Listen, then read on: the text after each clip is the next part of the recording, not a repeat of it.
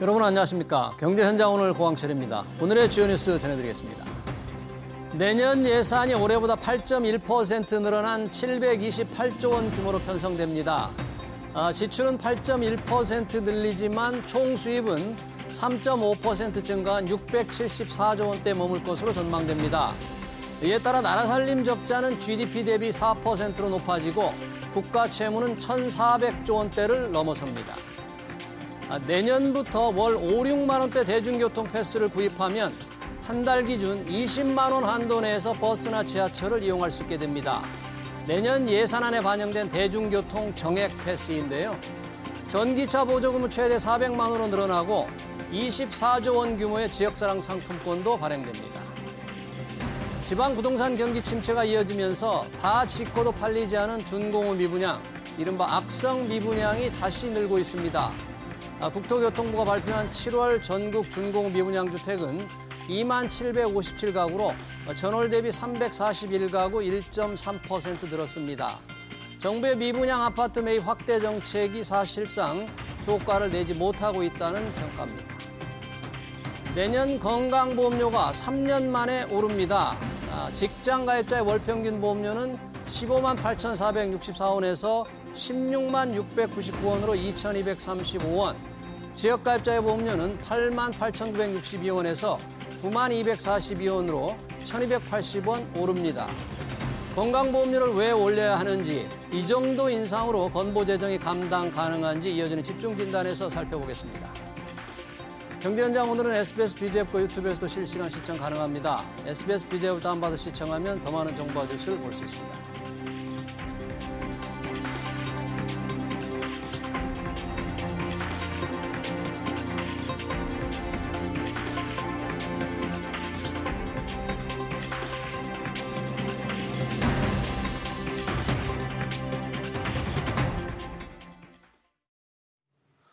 네, 노부모 간병비 걱정하는 분들 참 많습니다. 정부가 내년 하반기부터 요양병원 환자의 간병비에 건강보험을 단계적으로 적용할 계획입니다. 건강보험 적용이 확대되기를 바라는 건 모두의 소망인데 건강보험 재정이 감당할 수 있을까요? 내년 건보료 인상률 계기로 건보 재정이 어느 정도 불안한지 개선 방안은 무엇인지 두 분과 얘기 나눠보겠습니다. 김학주 동국대 사회복지학과 교수, 최현수 한국보건사회연구원 연구위원 나오셨습니다. 어서 오십시오. 네, 반갑습니다. 건보료 한 2년 동안 동결되었는데 3년 만에 내년부터 오릅니다. 0.1%포인트 정도 오르는 것 같은데요. 정확하게 왜 보험료를 올려야 하는지, 그리고 얼마나 오르는지, 김학주 교수님, 왜 보험료를 이렇게 좀 올려야 되는 겁니까? 네. 사실 국가 재정 기반이 약해졌지만 물가 등을 고려해서 아마 정부에서 최소 인상을 선택한 느낌이고요. 예.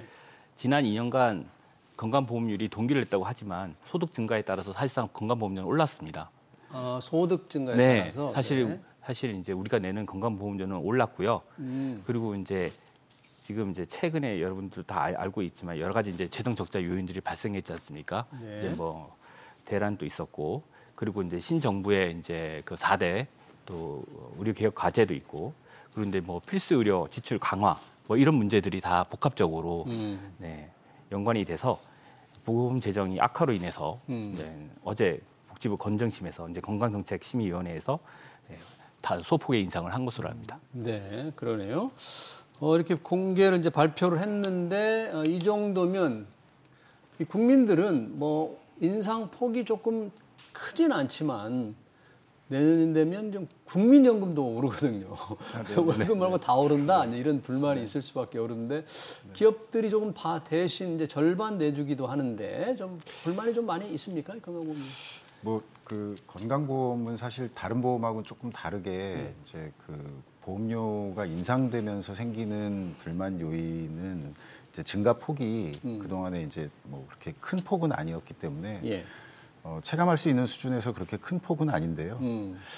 그런데 이제 건강보험료와 관련해서는 사실은 이제 건강보험이 그 내는 보험료와 실제 의료 서비스를 이용하는 것과의 그 연계가 직접적으로 되어 있는 건 아니기 때문에 이제 건강보험료는 이제 실제 부과하고 보험료를 납부하는 데 있어서의 이제 상대적인 형평성 이제 이런 것들이 훨씬 중요한데요. 이번에 인상된 수준은 뭐 지난 3년 동안 동일한 수준을 유지하다가 말씀해주신 것처럼 0.1%포인트 인상되는 부분입니다. 그리고 이제 직장가입자의 경우에는 그걸 사업주와 반반 부담하기 때문에 이제 소득이 증가하면서 보험료 부담이 올라가긴 하겠지만 뭐 저는 이번에 건정심에서 충분히 이제 수용 가능하고 또 그 3년 전에 인상할 당시하고 유사한 수준으로 인상률을 결정한 게 아닐까라고 생각이 되고요. 뭐 현재 그 경제 환경 변화라든지 이런 걸 고려할 때 뭐 아주 급격하게 인상할 수는 없는 상황이기 때문에 이런 환경 변화하고 국민 부담 증가를 좀 고려해서 좀 적정하게 합리적으로 결정한 수준이라고 생각이 됩니다. 특히 이제 우리나라 국민들은 건강보험료 인상 부담도 있겠지만 좀 특이하게 건강보험 체계가 잘 돼 있음에도 불구하고 실손보험을 별도로 가입하는 경우가 많잖아요. 엄청 많이 들어요. 엄청 많이 있는데 사실은 그 최근에 이제 실손보험료 조정이나 이런 것들이 이루어지면서 실손보험료 인상되는 수준에 비하면 건보료 인상 폭은 뭐 저는 상대적으로 수용 가능한 그런 수준이 아닐까 생각합니다. 저는 조금 생각이 다른데요. 이제 그 사실 지금 현재 복지 재정 지출 증가세가 과소평가되고 있는 상황입니다.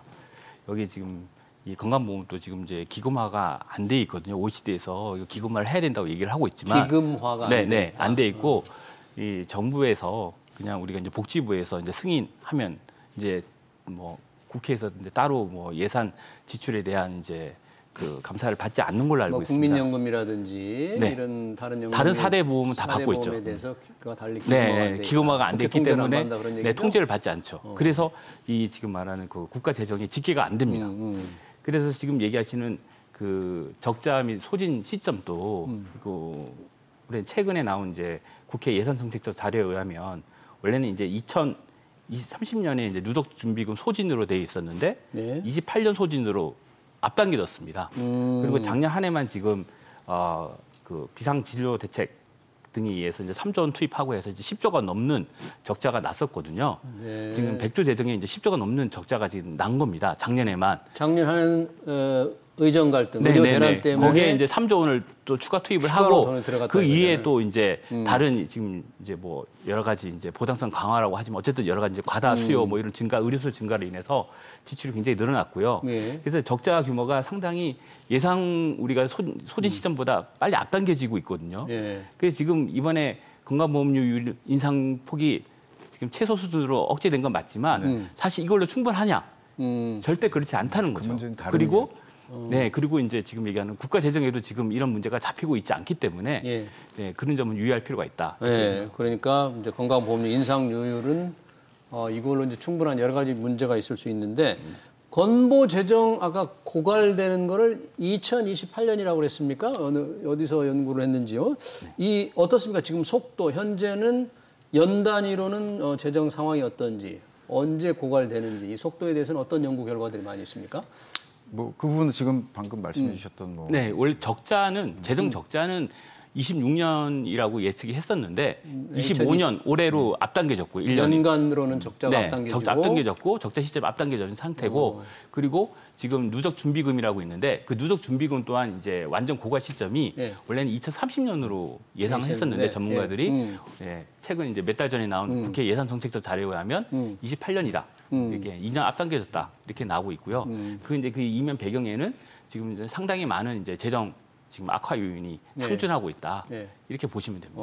재정 악화 요인, 아까 의정 갈등의 영향도 말씀해 주셨는데 재정 악화 요인이 가장 큰 거는 뭐 하여튼 의료비 지출, 뭐라고 합니까? 과다 이용이라고 해야 됩니까? 뭐 그런 걸까요? 기본적으로는 이제 인구 고령화에 따른 뭐 의료비 증가 요인이 좀 중요하겠고요. 그다음에 이제 의료 이용 행태와 관련된 부분들에 따라서 나타나는 부분도 있을 수 있고. 의료 이용 행태에 관해서. 그다음에 이제 보장성을 높이겠다고 이제 그동안에 추진했던 여러 가지 대책들 중에는 조금 이제 좀 무리한 수요, 불필요한 수요를 유발하거나 하는 것들.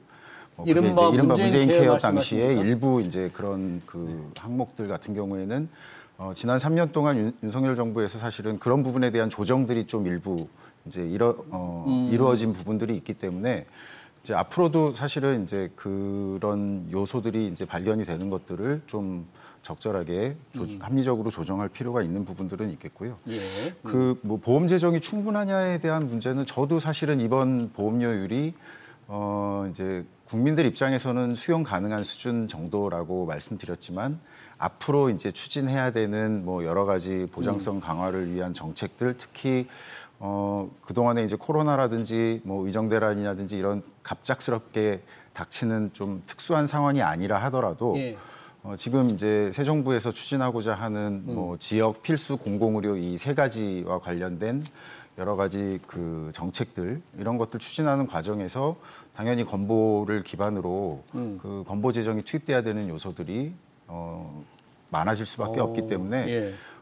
뭐 그런 것들을 생각한다면 사실은 좀 충분하지 않은 건보료 인상 폭이. 네, 폭이. 그런데 이제 그렇다고 해서 지금 여러 가지 경제적 환경이나 뭐 국민들 경제 여건도 지금 점점 안 좋아지고 있다고 이제 판단되는 상황에서 예.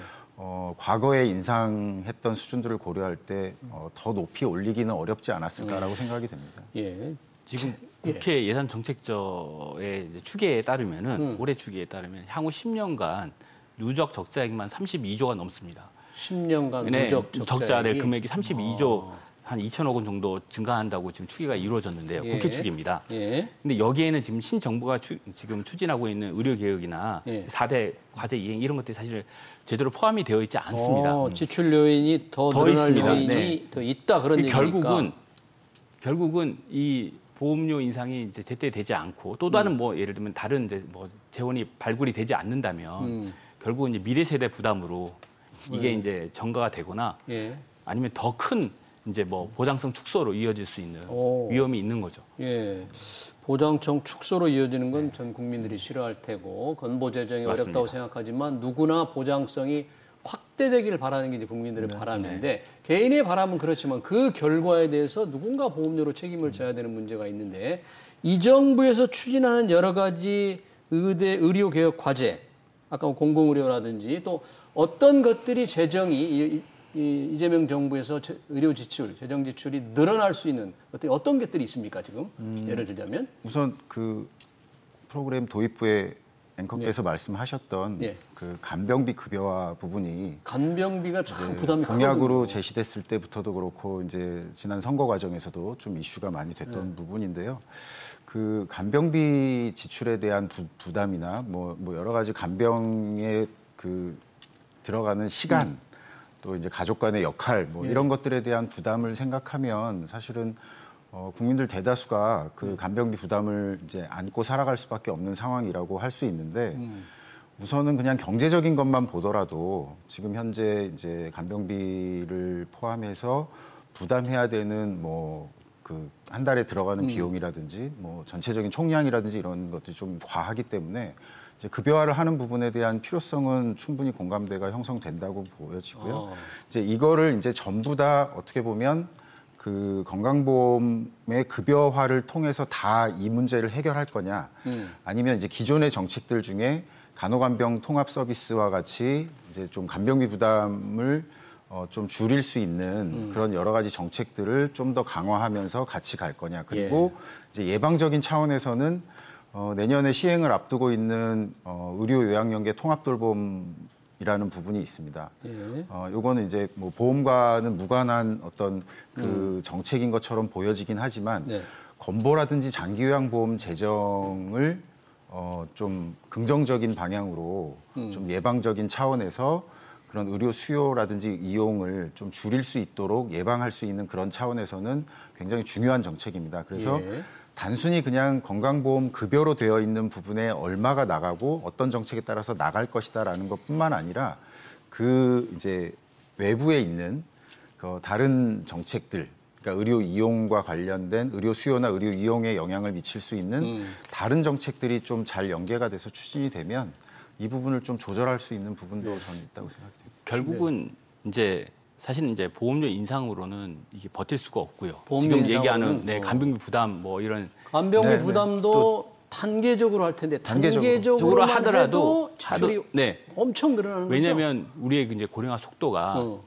엄청나게 이제 우리 아시다시피 이제 2050년이 되면 65세 이상 인구가 40%가 넘습니다. 세계 최고 수준이 됩니다.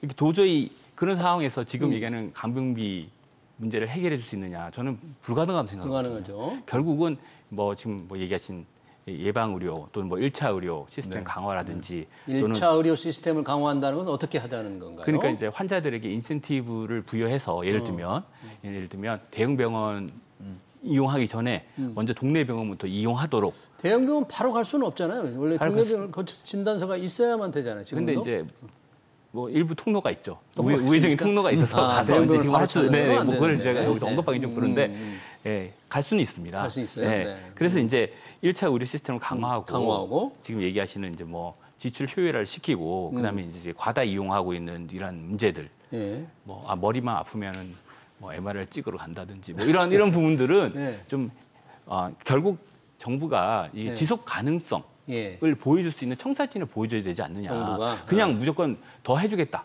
덜 내고 더 받을 수 있다. 뭐 이런 건 없지 않습니까? 보장성만 확대한다는 건 선심성 정책이에요. 네, 선심 정책이고 그러니까. 이렇게 지금 우리 저출산 고령화 문제가 심각한데 우리가 전체적으로 이 나라 살림을 책임지면서 동시에 우리의 이제 그 아프신 분들을 네. 또 어떻게 적절하게 케어할 수 있는지를 볼 수 있는 어떤 청사진을 정부가 보여줄 필요가 있다. 예. 저는 그렇게 생각합니다. 지출 효율화가 시급하다는 게 두 분이 이렇게 언급을 해주셨는데 우선적으로 어떤 것들을 좀 해야 될까요? 지출 효율화. 우선 뭐 보험만 더 걷어서 이게 될 일은 아니니까 나가는 비용을 줄여야 되는데 뭐 어떻게 의료 체계를 다 바꾸는 걸 말씀하시는 겁니까? 어떤 게 더 필요할까요? 지출 효율화에서. 뭐 의료 체계를 바꾸는 부분과 관련해서 뭐 주치제도라든지 아까 말씀하셨던 이제 그런 주치제도. 부분들이 지금 국정과제라든지 이렇게 정책 방향으로 좀 제시된 부분들도 있고요. 예.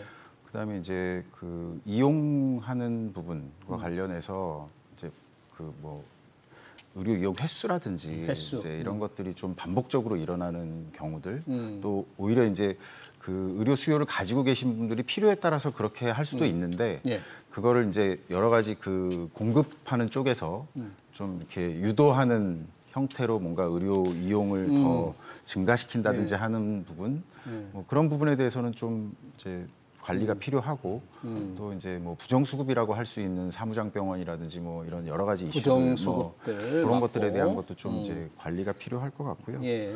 뭐 일단은 근데 저희가 지금 뭐 재정 이야기를 할 때 일단 수입부터 고려를 해야 되는데 예.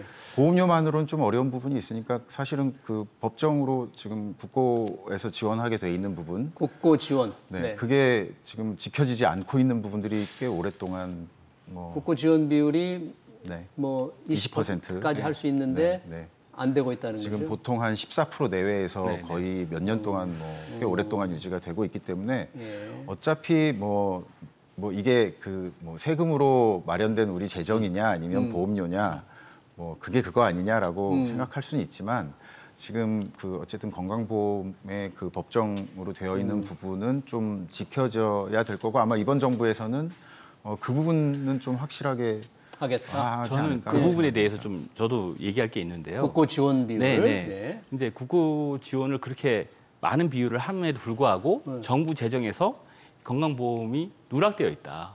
그래서 실제로 이 건강보험 정책 심의가 그냥 복지부 승인 구조로 끝나거든요. 현재는 공단에서 심의하고 결과를 복지부에서 승인하면 끝나는 구조라 국회 예결산 통제를 받지 않습니다. 국회 다른 네. 아까 사회보험과 다르다 그랬죠. 네, 네. 국회. 근데 이게 다른 OECD 국가들은 대부분 받고 있거든요. 기금화되어 있고 이 부분에 대해서도 한국 정부에 권고한 바 있습니다. 여러 차례 권고한 바 있고 기금화를 해라.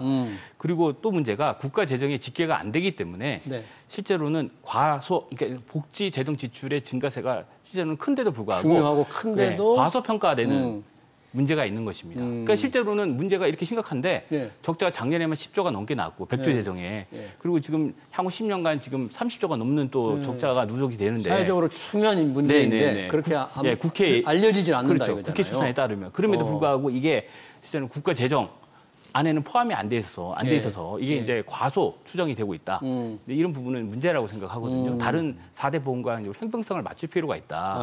저는 그렇게 생각합니다. 기금화해서 국회 심의 통제를 좀 받게 하라. 네. 그런데 혹시 최현수 위원님은 그 주장에 대해서는 어떻게? 뭐 그 부분은 이미 오래 전부터 계속 뭐 필요하다. 논의가 되어 왔던 부분입니다. 근데 이제 이게 이제 뭐 정치적인 부분도 있을 거고 뭐 여러 가지 이제 의사결정 행정부가 싫어하겠죠. 국회 통제받는 뭐 거를. 아무래도 그렇고 이제 건보는 또 다른 보험하고 다르게 좀 이해관계자에 해당되는 다양한 집단들이 거기에 포함이 되어 있다 보니까 사실 이제 그 기금화 한다는 거는 좀 그 기재부 그러니까 재정 당국의 어떤 그 관리나 이런 것들이 좀 강화되는 부분이다 보니까 아마 조금 그 계속 논의가 뒤로 가는 부분들이 있는데 뭐 계속해서 논의가 되지 않을까 싶고 요구는 뭐 정부에서 그러니까 뭐 대통령께서도 의사결정하는 부분, 의지 뭐 이런 부분에 달려 있지 않을까 싶은데요. 국민연금에 비해서 재정 규모가 작았기 때문에 그런 부분들이 있는데 지금은 이제 100조 규모의 재정이기 때문에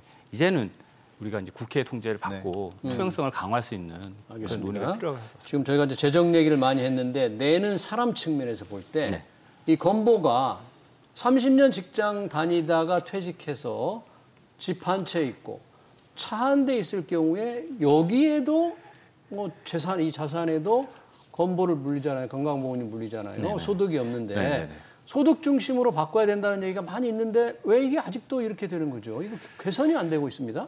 이게 OECD에서도 이제 권고한 바 있거든요. OECD 다수 국가가 다 임금이나 소득 기준으로 하는 게 일반적인데 한국에서만 자산을 점수화해가지고 아니 자동차가 무슨 자산입니까? 그렇죠. 필수제인데. 이게 또 이제 어떤 문제가 또 관련이 있냐면 또 고령화하고도 관련이 있습니다. 고령화. 이제 우리가 이제 그 은퇴 후에 또 이제 다시 재취업을 하는 이제 우리 이제 어르신 분들이 늘어나고 있는 이러한 상황에서 사실 이들의 재취업을 우리가 권장해야 될 그러한 이제 분위기에서 과연 이게 맞는 정책이냐 이런 비판도 있고요. 그래서 결국은 소득 중심으로 더 정교하게 다듬어야만 형평성이 좋아지지 않을까. 소득 중심으로 가고 대신 좀 더 정교하게 다듬을 필요는 있다. 필요가 있다. 저는 그렇게 생각합니다. 자산은 이제 좀 그 자산과 관련된 이슈는 우리나라의 좀 특이한 상황인데요. 건보료 부과뿐만 아니라 지금 얼마 전에 이제 민생회복지원금, 예전에 긴급재난지원금 다 지금 이제 전 국민에게 일단 지원했잖아요. 그렇죠? 지금 이제 다음 달 되면 2차 지원하는데 상위 10%를 제외하겠다고 했고 건보료 가지고 제외하겠다고 일단 발표는 돼 있거든요. 근데 이제 건보는 아까 말씀드렸던 것처럼 국민연금, 고용보험, 산재 같은 경우에는 소득에 따라서 보험료를 냅니다. 재산은 상관이 없죠. 그다음에 낸 보험료에 따라서 본인의 급여가 결정이 돼요. 그래서 이게 확실하게 연결되는 구조인데 이제 재정도 좀 중장기 관점에서 보는 재정이고요. 근데 이제 건보는 어쨌든 우리 1년 예산과 같이 단기 재정으로 이제 운영이 되면서 그 내는 보험료 수준과 서비스 이용 양의 연결고리가 그렇게 강하지 않습니다. 그러다 보니까 비례하거나 원인 결과가 아니다. 그러다 보니까 이제 어떤 생각을 할 수밖에 없냐면 적게 내고 많이 이용하면 제일 좋을 수밖에 없는 제도겠죠. 그렇죠. 그런데 이제 내는 부분에서 보험료에서 우리 그 복지제도 대상자를 선정하거나 할 때도 우리나라는 특이하게 이제 부동산에 집중해서 이렇게 자산을 늘려온 그런 경향들 또 뭐 지금 최근에 이제 뭐 코스피 5천이라든지 해서 이제 그걸 금융 쪽으로 좀 주식시장이나 이쪽으로 전환한다고는 하지만 소득은 없는데 자산이 많은 분들을 이제 일반적으로 바라볼 때 그러면 저분이 과연 소득 기준으로 봤을 때만 그런 시선이 정책 지원이 있는 거죠. 필요하냐 이제 이런 자산을 둘러싼 형평성 논란이 굉장히 크기 때문에 그렇고요. 또 하나는 우리가 이제 소득 파악과 관련해서 자영자 소득 파악이 유리지갑인 근로자 우리들에 비해서 잘 안 되고 있다라는 건 오래전부터 이제 이야기됐던 겁니다. 그래서 이제 그 문제 때문에 사실은 직장 지역가입자로 구분이 되어 있고 지역가입자에 대해서는 지금 현재 파악되는 사업소득, 종합소득과만 가지고는 부과하기에 좀 한계가 있다. 그래서 이제 자산 쪽이 예전부터 들어와 있던 건데 이게 부가치액 개편이 지금 2차례 진행이 됐고요. 많은 부분 좀 완화가 됐습니다. 근데 이거를 완전히 덜어내려면 사실은 소득 쪽에 대한 그 소득 파악 정도라든지 이런 것들이 직장 가입자와 지역 가입자 간에 이제 형평성 논란을 최소화할 수 있는 정도까지 발전이 돼야 됩니다. 그게 전제가 돼야 되고요. 아니, 지역 가입자들 경우에 소득 파악이 제대로 안 되고 있다는 그런데, 의문이나 불신이 그게 해소가 좀 돼야 되는데 이제 문재인 정부 때 그 긴급재난 지원 이슈 때문에 뭐 전국민 고용보험 추진을 위해서도 그랬지만 지금 국세청에서 2020년 9월부터 월 단위 실시간 소득 파악이라는 거를 하면서 자영자는 좀 어려운 부분이 있긴 합니다만 이제 현재 지역 가입자로 되어 있는 특고 프리랜서 뭐 여러 가지 좀 불안정 근로자들 같은 경우에는 월 단위로 근로사업 기타 소득에 대해서 지금 이제 신고를 받고 있기 때문에 일단은 제가 볼 때는 지역 가입자의 규모를 그 국세청 자료를 건보라든지 우리 복지 정책에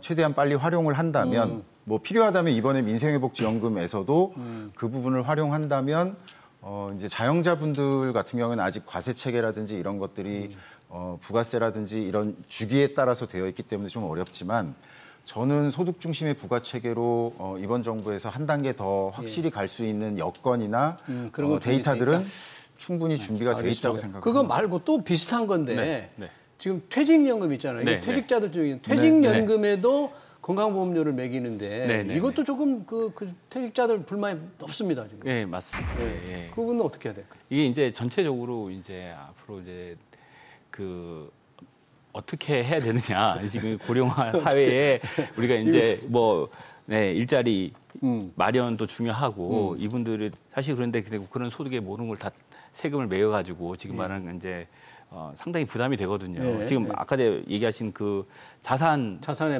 매기는 문제는 사실 수십 년 전부터 이제 나왔던 얘기고요. 그 소득 파악이 아직까지 확실치 않다. 뭐 이런 얘기를 했는데 저는 이미 상당 부분 그 문제 해소가 됐다고 생각을 하고 그렇죠. 그리고 사실 자동차 한 대 가지고 있거나 아니면 집 한 집밖에 없는 은퇴한 노인들에게 건강보험료를 물리는 것이 과연 타당하냐. 저는 그건 좀 이게 어폐가 있다. 여기에 좀 문제가 있다. 불만이 많은데 왜 안 고치느냐고요. 그러니까 안 고치느냐.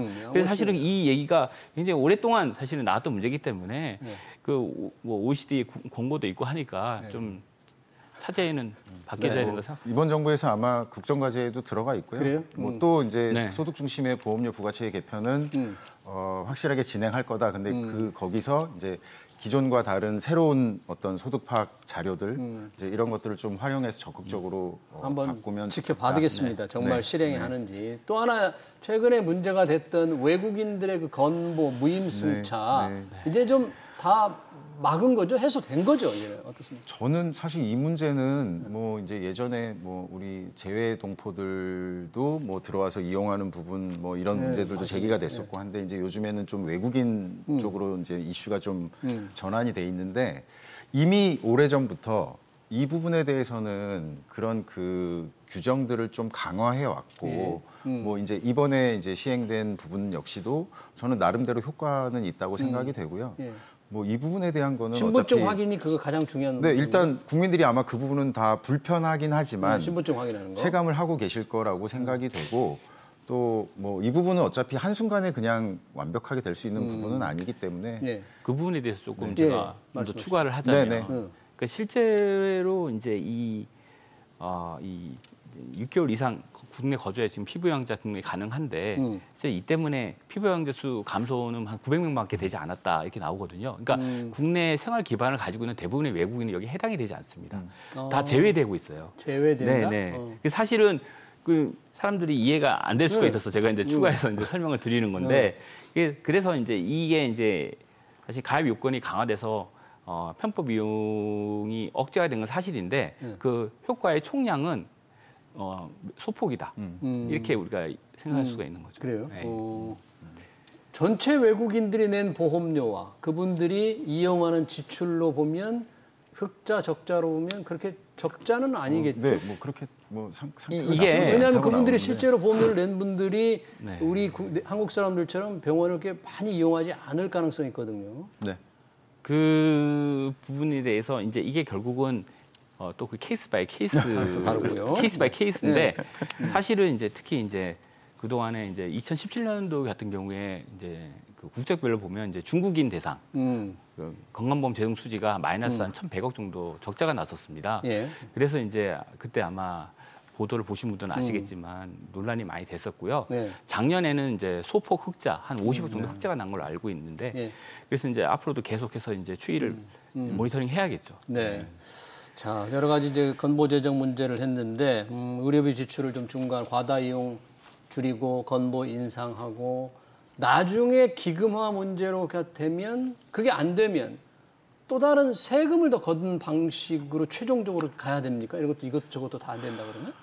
그건 조금 이제 너무 큰 그런가요? 이야기일 수도 있는데요. 뭐 사회보험료 통합징수라든지 이런 논의를 하다 보면 이제 사회보장세로 뭐, 세금으로? 네, 뭐 하자 뭐 이런 얘기들도 뭐 일부에서 나오기도 하고 하는데 사실 그건 뭐 금방 뭔가 전환할 수 있는 부분은 아닌 것 같고 일단은 뭐 말씀드렸던 이제 국세청의 소득 파악이라든지 또 지금 그 잘 파악이 안 됐던 유형의 소득들.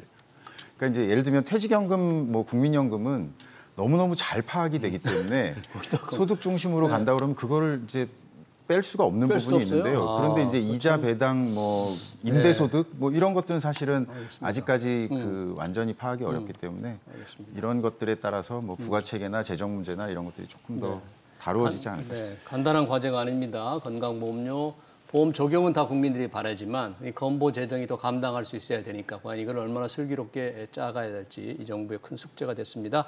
건강보험료 인상 관련된 토론 여기서 마쳐야 될 것 같습니다. 지금까지 김학주 동국대 사회복지학과 교수, 최현수 한국보건사회연구원 연구위원이었습니다. 고맙습니다. 네. 고맙습니다.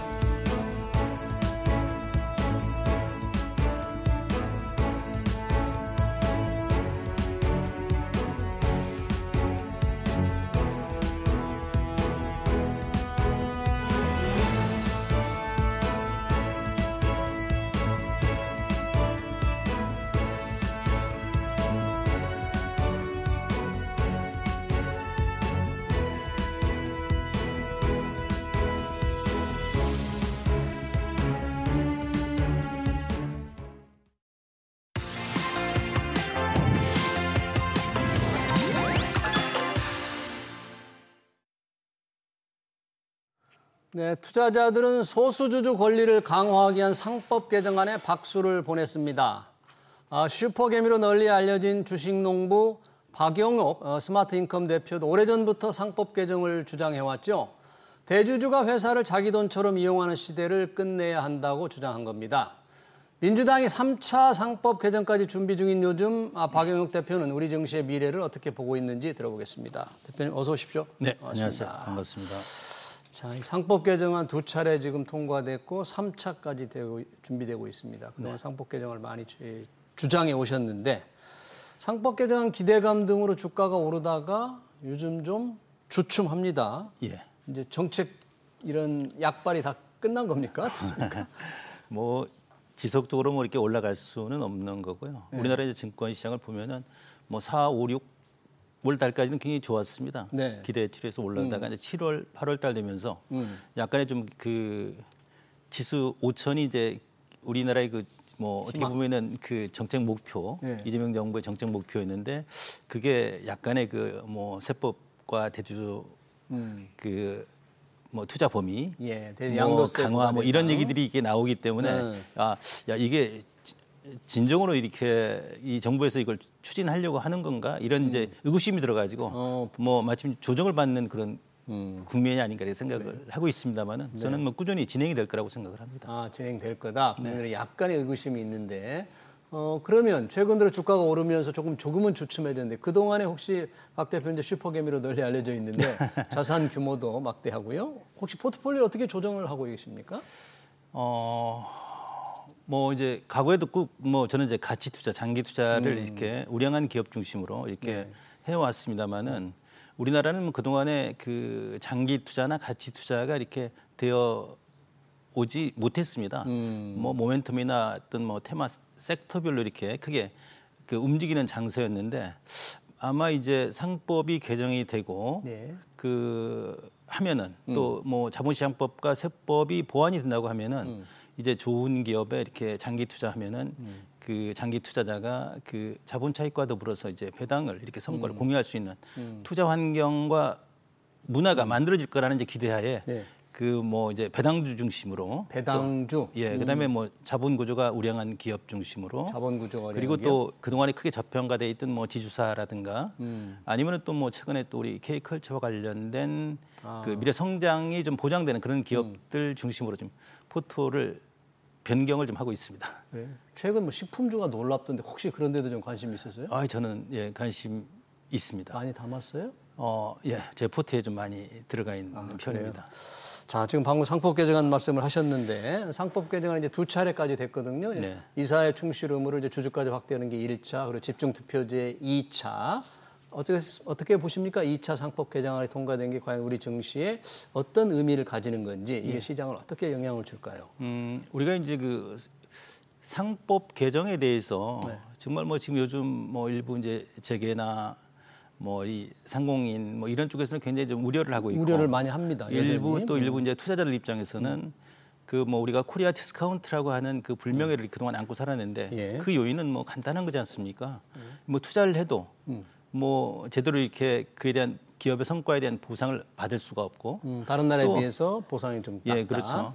그다음에 또 그런 부분에 대해서 뭐 이렇게 보상받을 수 있는 길이 사실은 우리나라는 없었습니다. 이제 그런 부분을 이렇게 해소하는 과정이라고 보거든요. 그래서 저는 이 상법 개정 포함해 가지고 지금 최근에 이제 자본시장법과 세법 개정에 대해서 얘기를 많이 하는데 이제 뭐 우리나라가 그 이 코로나 이후에 이제 주식투자 인구가 많이 늘어나면서 자본시장에 대한 어떤 이해나 태도, 이제 행동에 대해서 많은 사람들이 좀 이렇게 그 달라지고 있다. 이제 이런 점에서 어떻게 보면은 이제 그 비정상의 정상화되는 과정이다라고 생각을 합니다. 그래서 예. 제가 이제 이런 방송을 통해서 예. 우리가 이제 투자하고 있는 대상은 결국은 그 납입 자본에 대해서 유한 책임을 지는 이익 집단, 이 공동체에 투자를 하고 있는 거거든요. 이 공동체. 예. 그래서 우리가 투자하고 그런 기업들은 그 납입 자본에 대해서 유한 책임을 지는 주식회사. 네. 이거는 그 뭐 이런 주식회사에는 뭐 지배주주가 있고 그렇죠. 또 일반 주주가 있죠. 우리가 소수주주라고 하는 일반 예, 주주가 그렇죠. 있고 대주주라고 하는 지배주주가 그렇습니다. 있고요. 그런데 이제 그 우리나라가 지금 이렇게 압축 성장을 해오면서 뭐 정부와 또 기업 그리고 또 우리 국민의 그 힘에 의해서 지금 뭐 경제 대국 10위까지 지금 올라와 있는 형국입니다. 예. 그런데 그동안에 그 우리나라 그 기업들이 어떻게 보면은 뭐 지배주주가 있고 일반 주주의 어떤 그 공동의 그 목표를 가지고 있는 집단이 어떻게 보면 주식회사하고 주식회사인데. 근데 그동안에 이제 이 주식회사라는 회사가 지배주주 중심으로 이렇게 이끌어져 왔거든요. 네. 근데 이제는 회사가 많이 성장을 하고 이제 그 성과를 이제 일반 주주들도 예. 이렇게 함께 그 성과에 대해서 보상을 좀 받자. 예. 이런 부분만 보장이 되면은 우리 국민들도 많이 투자를 하게 될 것이고 예. 또 뭐 그 외국인들도 많이 이렇게 투자가 뭐 될 것이라고 이렇게 보고 있습니다. 그래서 저는 이제 상법이 이제 1차는 뭐 이제 그 이사의 그 충실 의무, 그다음에 이제 전자투표제와 그다음에 감사위원 분리선출이 예. 이렇게 돼 있고 이번에 이제 2차로 예. 그 집중투표제. 집중투표제와 그 이사의 그 감사위원 분리선출을 이제 확대. 2명까지 이렇게 확대해서 소수 지배주 일반 주주들의 예. 권익을 이렇게 보호할 수 있는 그런 제도적 장치가 이렇게 마련이 돼 있는데 이 부분에 대해서 이제 그 재계나 기업을 이렇게 운영하는 지배주주, 대주주 아니면 경영진들 입장에서는 뭐 그동안에 이제 자기 뜻대로 이렇게 해왔는데 그 부분이 좀 해왔는데. 불편하다. 이제 이런 얘기로 저는 이제 투자자 입장에서 볼 때는 들린다고 생각을 합니다. 네, 네. 기업 운영을 지배주주, 우리가 대주주라고 표현하지만 이제 박 대표님은 이제 지배주주라는 표현을 썼고 우리가 소수주라고 했지만 일반주주라고 했는데 지배주주가 이제 일반주 기업인이 일반주주도 생각하면서 경영을 하라. 자기 뜻대로 할 수는 없는 게 이번 상법 개정안의 의미다. 이렇게 설명을 해주셨고요. 자, 3차 상법 개정이 자기 회사 주식, 자사주 소각을 태워 없애는 걸 의무화하는 건데 네. 이것도 이제 자사주도 나름 경영권 방어 장치라는 겁니다. 제게 주장인데 왜 소각을 의무화하느냐? 의무화해야 되는 겁니까? 당연히 자사주는 네. 당연히 이렇게 소각을 해야 된다라고 생각을 합니다. 왜냐하면 자사주라고 하는 것은 회사의 자본으로 이렇게 예. 산 거고 예. 그 지금 사실은 이제 뭐 그 우리나라도 이제 그 세계적으로 볼 때 배당 성향이 굉장히 낮습니다. 거의 이제 30% 미만이고 미국도 이제 그 배당 성향은 뭐 30% 조금 넘습니다. 예. 그런데 이제 그 주주 환원율이 이제 미국 같은 경우는 뭐 90% 이상이 되지 않습니까? 90% 이상. 예, 뭐 주가가 이렇게 쌀 때 자사주를 적극적으로 사서 이게 소각함으로 인해 가지고 이 기업 가치나 주주 가치를 고양시키는 지금 행위들을 아주 적극적으로 네네, 하고 잠깐만요. 있거든요. 방금 이제 주가가 쌀 때 자사주를 사서 주가를 부양시킨다는데 네. 소각이 의무화돼 있다면 예. 주식을 살 필요도 없는 거 아니에요? 사면 바로 없애야 되니까 뭐 이제 그러면 자사주를 통해서 네. 주가를 좀 부양시키려고 하는 인센티브가 없어질 것 같은데. 예, 이제 우리가 이제 이런 부분들을 이렇게 생각을 하고 이럴 때 제가 이제 우리가 투자하고 있는 기업이라고 하는 게 납입 자본의 유한 책임을 지는 이 예. 집단, 이 공동체라고 얘기를 했지 않습니까? 그렇죠. 그러면 그 중에 이제 지배주주와 일반 주주가 있는데 뭐 지배주 중심으로 그동안에 이제 회사가 많이 이끌어져 왔고 네. 그렇게 해서 회사가 크게 이렇게 성장을 하고 성과가 그렇죠. 나면은 이제 공정하게 이제 분배되는 그 약속을 전제로 해서 네. 회사가 만들어진 거거든요. 네. 그런데 우리는 그러한 어떤 원칙이나 약속이 잘 지켜지지 않는다. 그런데 이제 우리가 그 주식 투자를 해서 이 성과를 얻는 방법은 뭐 배당과 이제 그 자본 차익이지 않습니까? 그렇죠. 그런데 이제 우리나라는 이제 전 세계적으로 놓고 봤을 때 세계에서 가장 그 낮게 평가받고 있는 자본시장, 네. 또 기업들 중에 하나입니다. 이럴 때는 이제 적극적으로 자사주를 사서 네. 소각을 하게 되면은 기존에 남아 있는 주주들은 정말 이게 기업 가치 포함해서 주주 가치가 크게 제고되는 거거든요. 그래서 사실 자사주를 사서 소각을 하게 되면은 대주주 지분이 가장 지배주주가 많기 때문에 가장 크게 이익을 보는데도 불구하고 이 비례적으로 네. 그 일반 주주도 이익을 볼 수 있는 이 제도를 그 경영권 방어 내지는 방어 아니면은 뭐 장치로. 지배권 을 강화하는 방법. 다른 경영권 아니면 이제 또 더 나아가서 다른 경영권 방어 수단이 없기 때문에 이거를 의무화 소각을 의무화하면 다른 경영권 방어 장치라도 좀 마련해달라 그런 네. 주장인 거죠. 그 이제 주식이 우리가 대부분의 이제 경영권이나 이런 쪽에서는 뭐 여러 가지 이제 경영권 방어 예. 뭐 얘기해가지고 여러 가지 방법들을 예. 얘기를 하고 이러는데 예. 사실 주식회사라고 하는 것은 예. 이 기업 경영을 잘해서 예. 뭐 이렇게 공정하게 성과를 배분하고 이러면 예. 그 이 투자자들은 예. 뭐 응원해주고 공격할 지지를 이유가 없어요? 그렇죠. 그렇다고 보거든요. 근데 이제 그렇지 않기 때문에 이제 그런 생각을 하는 거지. 예. 이제 아마 이제 이런 부분에 대해서는 그 이제 대주주나 지배주주들 예. 경영인들이 어떻게 보면은 야, 이 회사는 내 회사야. 이걸 뭐 대대손손 이게 물려줘야 돼. 이런 생각을 가지고 있기 때문에 아마 이제 그 자사주 소각이나 이런 부분에 대해서도 네. 야, 소각하고 그러면 왜 사? 이런 생각을 가지고 있지 않습니까? 그런데 그러니까, 네. 이 주주 환원을 가장 기업 가치 제고시키고 주주 환원 투자 가치를 높일 수 있는 방법은 주가가 이렇게 쌀 때는 아주 적극적으로 사가지고 소각을 하게 되면 기존 주주들의 가치는 굉장히 고양되는 거거든요. 알겠습니다. 네. 지금 이제 상법 개정안 뭔가 주식시장에 도움이 되는 그런 얘기를 하고 있는데 관련해서 이런 정책 기대원의 주가가 오르다가 주춤한 이후로 아까 세금을 들었거든요. 예. 그 세금이 이제 대주주 주식 양도소득세를 내야 하는 대주주 기준이 종목당 50억 원에서 10억 원으로 낮춰서 넓힌다는 겁니다. 네네네. 이 부분은 그러면 상당히 반대하시겠네요? 저는 이건 잘못된 생각이라고 봅니다. 왜요? 지금 이게 저는 이제 주식 투자가 우리 삶의 터전인 기업.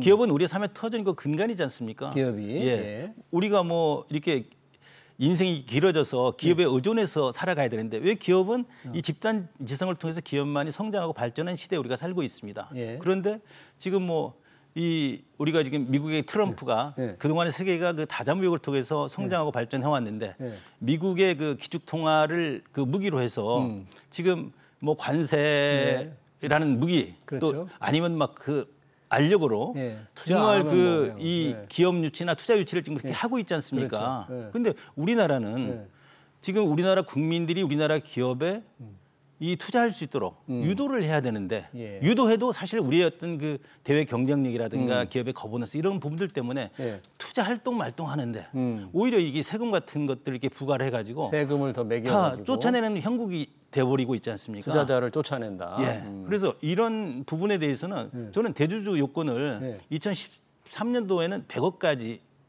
이었습니다. 예. 근데 그동안에는 이제 원 없이 이제 있는 사람들이 좀 투자를 해서 기업과 가게가 함께 성장하고 발전해 왔는데 2003년 이후부터 이제 대주 조건이 50억부터 이제 줄어들어 가지고 10억까지 갔다가 지금 윤석열 정부에서 이제 50억으로 늘렸는데 그렇죠. 저는 이재명 정부가 들어서 이제 실용 매교 국민이 이제 잘 사는 배당을 통해서 그 노후에 생활비도 마련할 수 있도록 하는 살아갈 게, 수 있는 이런 생각을 가지고 있다고 하면은 만약 내가 대통령이라고 그러면은 야, 저는 그 배당소득 분리과세도 15.4%로 대주주한테도 적용을 하고 배당소득 분리과세도 그다음에 또 그 대주 요건 한도도 50억에서 100억으로 올려서 이 투자를 하게 되면은 사실 우리나라 기업들 여러 가지 어려움 때문에 우리나라 기업에 투자하는 사람들이 많이 없지 않습니까? 그런데 이 우리나라에게 투자를 해주는 것은 많은 사람들이 이제 자본시장 활성화 이런 부분들 얘기를 하는데 결국 주식 투자라고 하는 것은 우리 삶의 터전인 기업에 투자를 해주는 거고 이 기업은 우리 자본시장을 통해서 자본 조달을 통해 가지고 이제 그 우리 공동체 뭔가 그 알겠습니다. 서비스를 제공하고 네. 그다음에 우리 또 국민들은 이 주식시장, 자본시장을 통해서 기업의 성과를 공유하면서 살아가는 거거든요. 그렇죠. 그래서 제가 주식회사 제도와 그 증권시장을 잘 활용한 민족이나 국가들이 세상을 지배해왔거든요. 그런데 우리는 지금 굉장히 중요한 이제 중대한 시기에 이렇게 놓여 있다고 봅니다. 그래서 저는 이런 방송을 틀어서 지금 대주 조건 한도를 정말 그 50억에서 100억으로 올리고 그다음에 대주 조건 한 배당소득 분리과세는 원래 민주당 의원이 최고 25%로 하는 게 좋겠다는 생각을 가지고 있었는데 정부는 35%로 지금 생각을 하고 있습니다. 저는 그거는 거의 그 실익이 없고 국민들의 어떤 그 투자 유인이 못 된다고 생각을 합니다. 제가 그래서 오랫동안 주가가 지금 주춤주춤. 저는 그게 가장 큰다고 봅니다. 그래요? 이 사실은 이제 그 우리나라가 좀 희망 있고 건강하고 활력 있는 사회가 되려고 하면은 정말 부자가 존경받고 기업인이 존경받고 세금 많이 내는 사람이 우대받는 사회가 돼야 된다고 생각을 합니다. 그러면 세금이라고 하는 것은 뭔가 좀 정당성이 있고 좀 이렇게 합리적이고 뭔가 이게 내는 게 좀 떳떳해야만이 낼 수 있는데 이게 그냥 터무니없이 이제 높아버리고 이러고 그러면은 다 누구나 절세하거든요. 심지어는 탈세까지 이렇게 하면서 세금을 회피하려고 하는데 지금 세상이 인터넷으로 세상이 하나가 돼가지고 과거에는 그 해외 투자가 어려웠습니다. 그런데 지금 뭐 그냥 컴퓨터 몇 번 두드리고 그러면은 해외 쪽에 가고 이러니까 어려워질 수밖에 없거든요. 그래서 저는 이 대통령 이재명 대통령 정부에서 좀 뭔가 통 크게 이번에 사실 이제 배당소득 분리과세도 2016년도에 박근혜 알겠습니다. 정부 시절에 그 15.4%에서 9.5% 낮췄습니다. 그래서 배당 성향이 17%에서 24%까지 올라갔거든요. 그 부분은 이제 전달이 됐을 것 같아요. 예. 배당소득세 더 낮춰야 되고 정부 생각보다 대주주 양도세 기준 종목당 100억으로 차라리 올리는 게 좋겠다는 말씀으로 이제 결론을 짓고요. 그래도 주식 큰손 투자자니까 우리 시장을 보는 눈으로 짧게 조금 설명을 해줬으면 좋겠는데 생각이 어떤지 네네. 요즘에 앞으로 중장기적으로 봤을 때 뭐 괜찮은 업종이라든지 좀 낙관적으로 보는 분야라든지 이런 게 있다면 어떤 거예요? 야, 뭐 저는 한국의 미래는 대단히 밝다라고 생각을 합니다. 조금 구체적으로 말씀해 주세요. 캐대원 뭐 이 그 영화 보셨죠? 네, 봤습니다. 보셨어요? 정말 저도 그 노래 이런 것도 별로 좋아하지 않는데 보고 이러면 신나죠. 들떡하고 그러면서 한국의 어떤 그 문화가 깊숙이 지금 이렇게 그 세계에 지금 퍼져가고 있거든요. 이렇게 우리의 식문화 퍼져가고 이러면은 우리의 어떤 기업들의 영업 환경이나 이런 것들도 저는 좋게 나올 수밖에 없다. 이런 의미에서 지금 뭐 이제 한국의 는 그동안에 여러 가지 그 제조업 중심으로 이렇게 그렇죠. 크게 성장하고 발전해 왔지만 이 부분은 뭐 굉장히 어려운 지경에 지금 놓여 있습니다. 뭐 원가비라든가 인건비라든가 제조업은, 기타 그렇죠. 유통비라든가 기타 이제 문제. 경쟁력이나 이런 부분들이 좀 격화돼 가지고 그렇지만 우리도 그 K 컬처와 컬처. 관련된 그 문화 그 뭐 그 K-팝 포함해서 K-푸드, K-뷰티, K-바이오 또 K-콘텐츠 이런 쪽에 충분히 경쟁력이 있는 그런 기업을 찾아야 된다고 봅니다. 제가 알겠습니다. 뭐 방송이니까 저 하나 말씀드리면은 요즘 그 K푸드와 관련해 가지고 삼양식품이 10년 전과 비교해 가지고 지금 75배가 올랐습니다. 어마어마해요. 너무 엄청 올랐죠. 않아요? 저는 앞으로 더 성장할 거라고 봅니다. 그래요? 네. 그런데 과연 이러한 기업들이 지금 뭐 워렌 버핏 같은 경우도 코카콜라 같은 경우 10년 전에 그 100불이었던 게 지금 1,400불. 그 코카콜라 같은 것도 그렇게 좋은 제품은 아니지만은 세계 사람들이 즐겨 함으로 인해 가지고 주가가 14배가 올랐거든요. 과연 이런 기업들이 대한민국에 또 나올 수 있다. 이게 농심이 될지 아니면은 뭐 오리온이 될지 아니면은 뭐 대상이 될지 좀 모르는데 이런 기업들을 좀 이렇게 염두에 두고 길게 투자를 하면은 뭐 좋은 결과가 오지 않을까 이렇게 생각을 합니다. 알겠습니다. 시간 관계상 여기서 끝내야 될 것 같습니다. 상법 개정안의 의미 그리고 우리 시장 전망까지 잘 들었습니다. 지금까지 박용옥 스마트 인컴 대표였습니다. 대표님 고맙습니다. 네, 고맙습니다.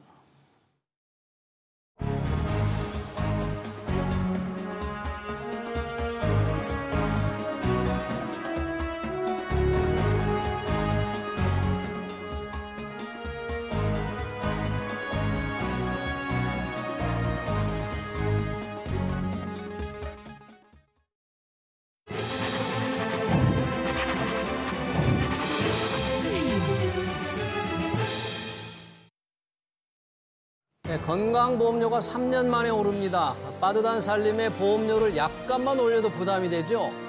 건별료 인상 불가피합니다. 고령화로 의료비 지출이 급증하기 때문인데요. 건강보험 재정 바닥날 날 그리 멀지 않았습니다. 보험료를 올리기도 어렵지만 이 정도 올려서는 건보 재정을 방어할 수 없습니다. 과잉진료 막아야 합니다. 정부도 과도한 보험 적용 확대 자제해야겠죠. 이도저도 안 되면 결국 세금을 더 내야 할지 모릅니다. SBS 뷰지 경제 현장을 여기서 마치겠습니다. 시청해주신 여러분 고맙습니다.